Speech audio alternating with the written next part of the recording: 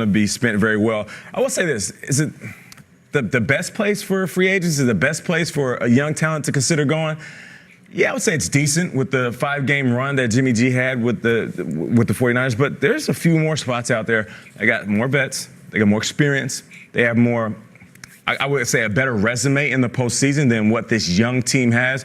The one reason I would go there, though, and I'm speaking strictly as a wide receiver, if I'm looking at who's calling the plays, and that's head coach Kyle Shanahan. Okay. Because if you're white out and you run that system the way they need it ran, you can put up some big-time numbers.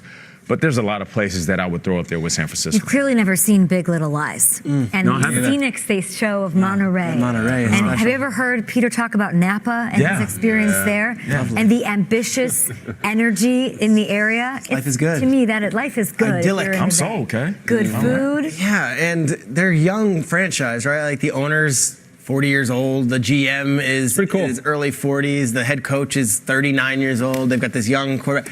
There's this youth, there's this Silicon Valley feel to it where they're disruptors and it's yeah, it's fun. It's easy to buy in, it's contagious. So yes, and Jimmy Garoppolo, I watched his interviews over the weekend. He did a few, he did one with the NFL Network, did one with ESPN.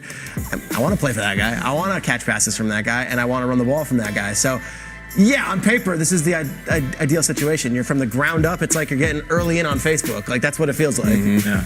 When you sit there and you watch them do that press conference, and Garoppolo and Lynch, it's like the Hemsworth brothers out there. You're like, yeah, I'll play for those guys. But if I'm a free agent, let's say and naked in here, say you're a 30-year-old wide receiver. Yeah. There's two things I'm interested in. I either want to make a ton of money or I want to win a championship.